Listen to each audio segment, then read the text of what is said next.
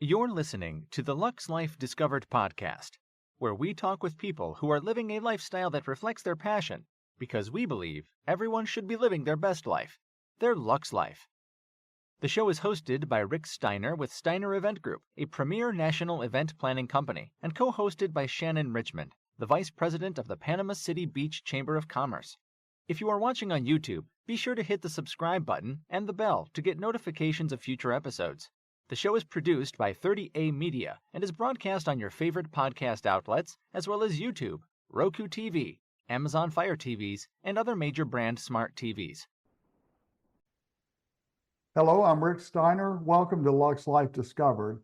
My guest today, and we're so glad to have her with us, Daphne Thompson. So Daphne, thank you for being with me. Well, Rick, thank you for welcoming me. Well, What you do on Lux Life Discovered resonates deeply with me. Well, great. I appreciate that. And your latest book is Christmas Tree Wish, and then you're also the founder of Conscious Quill. So before we get to the book, tell us about Conscious Quill and what that involves. Oh, yeah, for sure. So the Conscious Quill is a sanctuary for awakened souls who are ready to become the author of their life, Okay. either on the page or in reality. And what I mean by that is that through conscious coaching, spiritual embodiment, and creative activation, I help clients, I guide them to embody their inner author, the part of them that can rewrite old patterns, heal long-held wounds, and create a life aligned with their true divine nature, so that they don't have to be, they don't have to be a writer necessarily to walk this path. They simply have to be willing to stop being a character in someone else's story and start consciously composing their own. How do you find that even people that want to do that, is there acceptance there or is there resistance in some cases? That's a good question. There's always going to be a little bit of resistance. Yeah. That's just part of the human condition.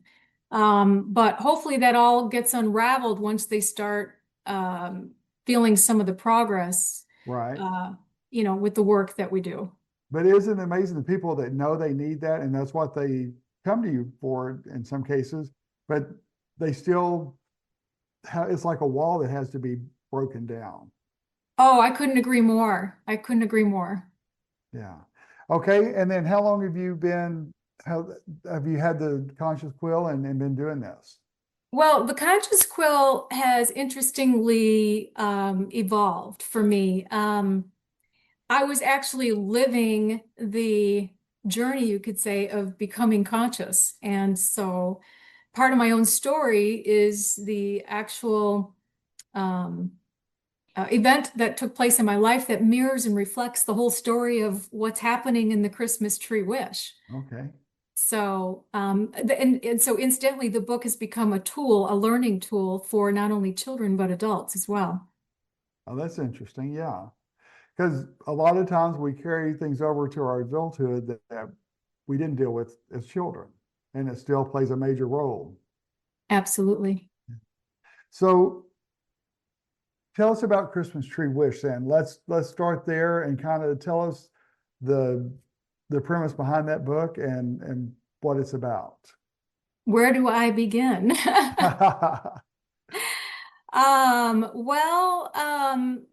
To start, I write stories that help both children and adults reconnect with their light. So the Christmas Tree Wish in this story, it's about a little tree named Liam who discovers hope, belonging, and who he really is. And in many ways, that mirrors our own human awakening. Today, so many people are experiencing these inner shifts that they don't have language for, which we've been touching on already. But it's that feeling of, being ungrounded or separate from themselves or unsure why old emotions are resurfacing. But what they're actually feeling, Rick, is a deeper part of themselves, their true essence that's trying to come forward. So, to answer your question, my work as an author and a conscious coach helps people to realize that awakening isn't a strange phenomena. It's a very natural process. So that's been my work, but it wasn't always clear to me. The clarity didn't, you know, I knew that I loved to write. My passion was coming forward just by the sheer essence of needing to record it. So I would start to journal. And so for years, I just started journaling my own inner transformation. And then Okay. with that, it just bloomed from there. So the Christmas Tree Wish has actually been in the works for a number of years then. True? Well, yeah, I mean, personally, yes. Right. But the story itself miraculously came to me. I woke up one morning and then literally it was just right there, and I wrote it in 3 hours. Oh, really? Wow. Yes, Well, yes, it's a wow. I have there are quite a few miracles that go along with this book. If you have that's time, I can interesting. share Wow. Yeah. Well, I guess you had all the experience and it just like when it all came together, it came together then. Yeah. Yes, it certainly did. It changed my life. It's a life-changing story, and that's actually what happens when a reader gets their hand on a copy of it, is they discover something new in it for themselves. It helps them to be, to feel more alive and more accepting of their past. Okay. What age group do you think is the best for this particular book and the Um, subject? when I started out, needing, you have to classify everything, what genre, what Right. age, that kind of thing. Reader, it's a little bit above the age level for 6 to 9, 6 to 12, Okay. but it certainly fits in that range very nicely. Okay. Um, it that's the age range that I had to put down to in order to, put the book out there and publish it. Right. But what you find out is when you read it that somebody that has holds maybe several PhDs, or is very educated or uneducated, it doesn't matter. The language has some kind of you can say a magical resonance to it that just helps them to go more inward and deep, and to find something there that needs to be looked at, Okay. What do you think I don't know, I hate to say obstacle, but what were one of the biggest challenges in doing this book? Huh. Yeah, Well, I love that question because I went through the process of discovery through the dark, so to speak. The whole publishing process took a while because I didn't know what I was doing. I had the help of my husband, my was partner this in your crime. first book? This is my first, published children's Okay. All book. right. I didn't And realize I that. had no idea I was even going to put a children's book out there because honestly, I thought that I was writing more for adult audiences. Right. But so the whole publishing process is very daunting because especially back when I was in the process of getting this book published, so much has changed since then, really. I mean, honestly, the whole industry now with so many more indie authors out there and much easier um, methods and processes to get your book published and out there. But at the time in between 2018 and 2020, when COVID hit, I was still, working to find a way that was my best uh, path to getting this book Mhm. published. And it was just knocking on doors, sending letters, traveling, meeting agents. So it's a long, arduous process, or at least it was. It's become a lot easier, as I was saying.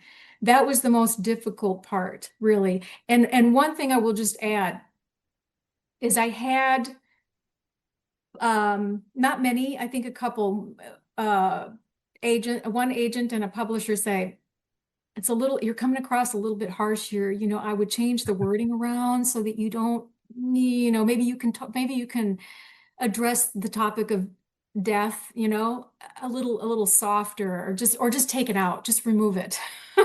Well, kind of change the whole purpose of doing it. Yeah. And I knew in my heart and in my soul, in every part of my being, that that was absolutely wrong, that I wasn't going to do that. Yeah. And if I didn't follow my heart, I would be doing a complete disservice to myself and everyone else that I wanted, or who would read the book. Right. So I'm glad I didn't take that advice. And if I had to give any advice to anybody, when you're writing from your passion, trust, just trust, because people always have an opinion. Oh, They yeah. always will have an opinion. So, And I've covered this before with other people.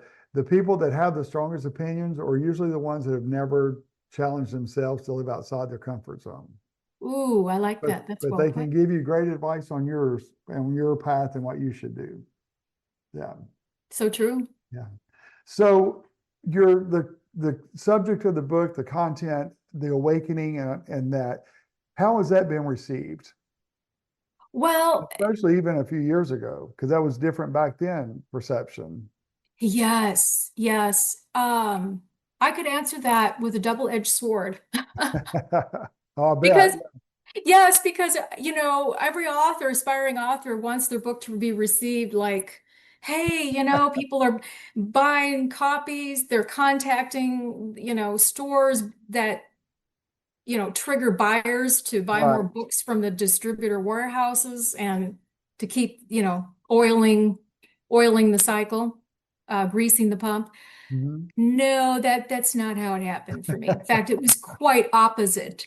There was a lot of effort, physical effort. I mean, if I didn't have such a great man in my life, my husband, he supported me all the way. He said, "Hey, get in the car and get you packed, and we're just gonna, believe in you that you can go and do this thing. So get out there, go knock on doors and just offer to do signings." And so I would do a lot of cold calling, and the reception was warm. Yeah, yeah, come on in, we'll have you do a signing, whether it was a hotel or, tied around an event, um, or, a store, not just bookstores, but Right. gift shops, boutiques. And I found that the book was getting a lot of interest from teachers. Okay. Yeah. And so teachers were starting to bring it into their classrooms. And so, but the other side of that is interesting. Interestingly, what happened is when I was doing these book tours, um, that just so happens that the one I was doing in Wisconsin, um, I had no idea. One of the wealthy business owners in La Crosse ended up getting a copy of my book and contact me and said, "Do you have enough copies if I were to supply the Boys and Girls Club?" Oh, wow. So, there you go. I mean, just big You shocker like that. Nothing I ever anticipated happening, and so those things happen, and it was a nice surprise. did you came up with enough copies, didn't you? Oh yeah, actually I did have enough copies though. That's great. Yeah. But that's a lot of times though, that's when you experience the greatest success is through a means that you totally did not expect. Totally, totally. So wow, so he was impressed with it then. If he wanted to do, if he did that, that's awesome. Yeah, yeah. He was apparently very strong supporter, advocate of the Boys and Girls Club, and thought that it touched him in such a way that he felt it could really help the boys and girls Right, of right. America. Yeah. So one thing you talk about too is ego identity and essence identity. How do you cover that a little bit and explain that a little bit more? Right, right. Yeah, that's one that we hear a lot of times the word ego. Mhm. Um, and the ego is limited. The ego is protective. The ego is needing to defend something or justify something to feel self-worth. Right. The essence identity is whole from the beginning to the end of whatever story, whatever experience we're having. It's the alpha omega of our experience. Okay. And so a lot of people, you think people get that confused, that the ego is the essence? You know what I'm saying? Like, they don't understand all of this, that think their ego is what really drives them. Oh, absolutely. Yeah. Yeah, I think people definitely get confused about what the ego is, and also, not really being sure altogether entirely what their essence identity is. In fact, that's what the whole awakening is about, is what's in here? What makes me tick? Why am I here? Who am I? When people discover the difference and realize they've looked for the essence, and sometimes their ego keeps them from finding the essence, are they really kind of shocked at, like, wow, I never knew that, or just amazed that they find that identity after all? It feels like coming home, Okay. uh, to put it best. The ego is always something that we're truly running away from, but it's also our safety. It's like our it's it's it's a pseudo identity. It's one that we know doesn't feel right, but it's the only one we know to um to reflect. It's the only identity that we know to identify with and to be toward others. It's what we've picked up all along in life, you Yeah. know, be this way, don't be that way. Oh yeah. Um, And if you don't conform, then something's wrong with you, that type thing. Yeah.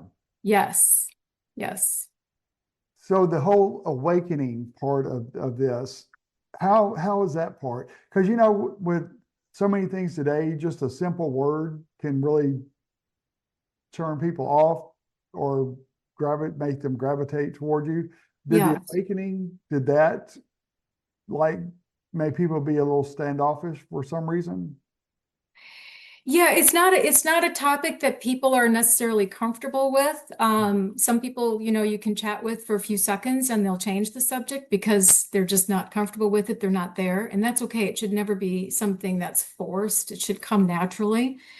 But awakening simply means becoming aware of a deeper presence within yourself.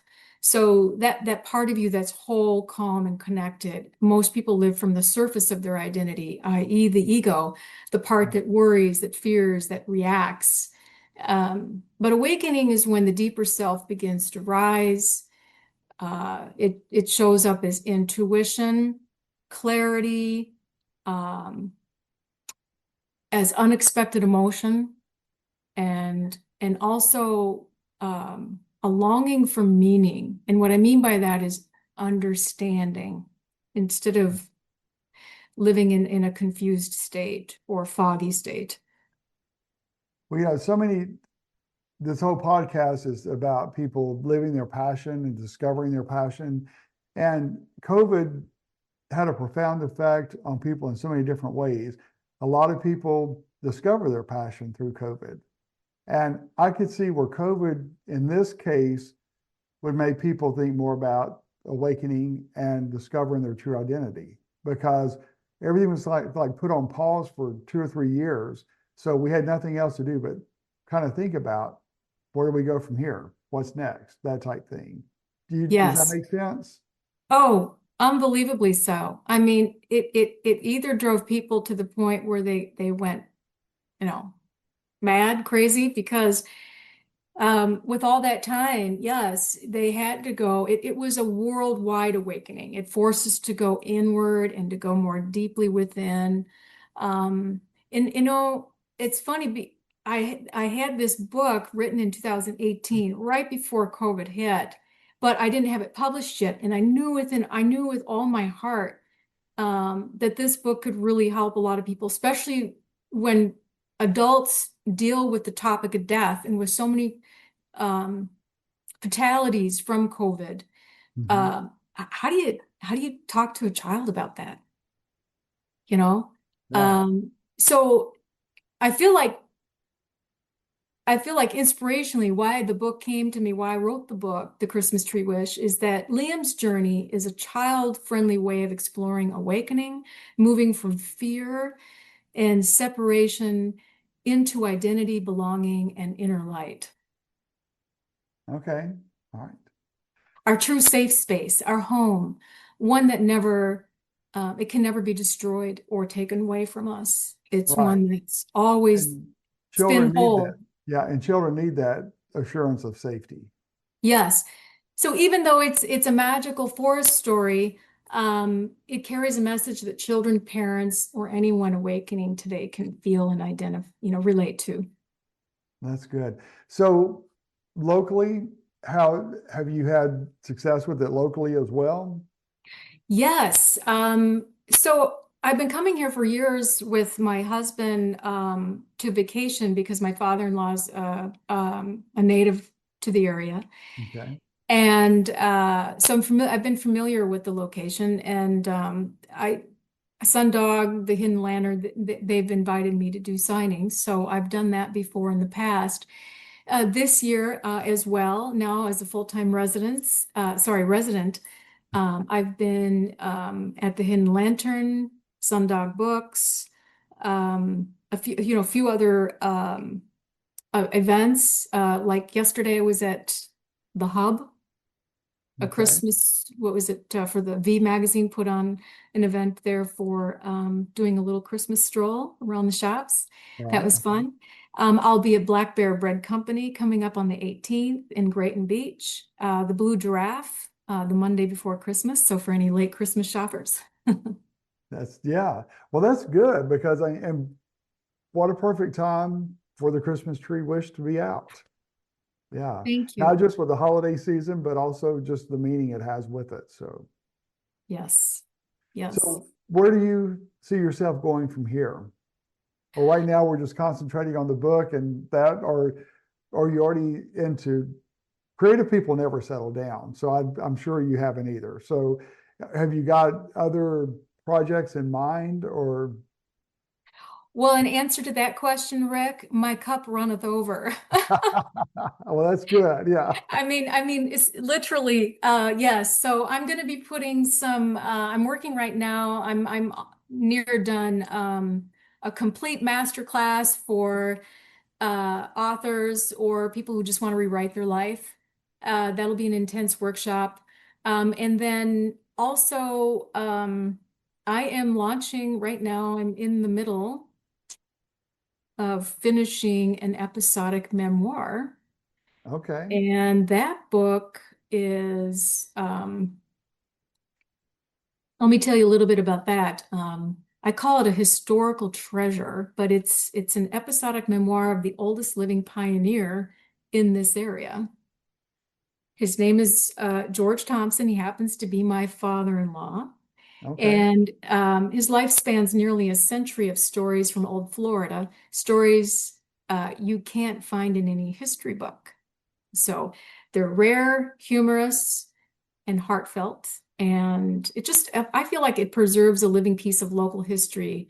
Right. That's so many people he shared these stories with on the beach where, you can often find him at walking, talking to people, encouraging them, or fishing. Yeah. Um, Okay.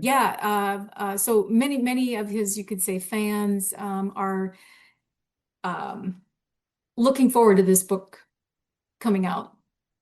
Any projected release date or we just, I'm hoping that realistically, definitely in 2026 before June, but most likely it will be late spring. wow. So you're staying busy then. I'm And staying of course, busy. as the success continues with this book, I've got to have a feeling though, if you wrote this one in 3 hours and you're working on this one, you'll hit the target you're shooting for. Thanks, Rick. I'll take that as a home run. Yeah, definitely, because I always think I've always loved to talk to people that are living their passion and then they just make it happen, because that's what it's all about. It's so easy to get discouraged, put things to the side. And, some people have projects they start on and then put them to the side and they're put away for years, and never, or sometimes they're never even touched again. And so I'm glad to see that you're following through and making yours come to life. Yeah, and that's a great point you make, because there was a period in my life where I felt like I was doing just that. I was letting the embers of my passion burn inside me and get the best of me because I wasn't letting it out. I was putting other things in front of it. My writing, my passion to do that and making that my career. And it's really, really taking on a whole new life now with these other things like that, like I've shared with you. But I would just say that probably the most important learning aspect of all of this for myself has been to trust. Trust the process, trust the divine order that is all around, that is always there to support me, uplift me. Because we see too much of what's going on in the world, and it's heavy. It's a feeling of heaviness. Yeah. But to just trust and don't give up. Don't give up, even if it takes you some years later or longer than you had hoped to do. And the other trust is to trust yourself. Yes, Yes. trust yourself. And that's sometimes where, I know it sounds crazy, but that's sometimes where we drop the ball, because we have this passion, we have this inclination, we have this drive, but somehow we let everything else come in and we're the ones that we sabotage. That is absolutely spot on. Spot on. And self-love, and through the awakening process, incidentally, self-love brings us to a place where we don't do that anymore. Well, great. Okay. Well, I can't wait to get the copy of the book and read it myself. So I'm excited about it. I'm Thank a little you. older than 6 to 9, but hey, I'm still going to do it. No, I'm just kidding. I'll almost be 69. Well, you do look young enough to read the book, Rick. Thank you. And my wife would say I act young enough to read it too. So yeah. But so we're going to put your information on the screen. So if people want a copy of the book or want to know more about it, they can contact you. Is that the best way to do that? Yes, but and I'm happy for people to also buy the book through normal chain, like Barnes and Noble, wherever online you may find it. Definitely you can order it from my own website, and you can also have it personalized if you would like it signed. Otherwise, the book is available at your bookstore. Definitely, and please support the ones here in 30A, like the Hidden Lantern and Sundog books. All right, great. Well, thank you so much for your time today. I've thoroughly enjoyed this, and it was great to do this, even though we're doing it remotely. I look forward to meeting you soon, and so that way we'll have that personal connection as well. But thanks so much for your time today. Thank you, Rick, and to all your viewers. Have a wonderful, safe Christmas and holiday season. Okay, great. And that concludes our episode of Lux Life Discovered. We'll see you soon. See you soon. Check out Lux Life Discovered on Facebook and Instagram and on 30a.tv. See you next time on Lux Life Discovered.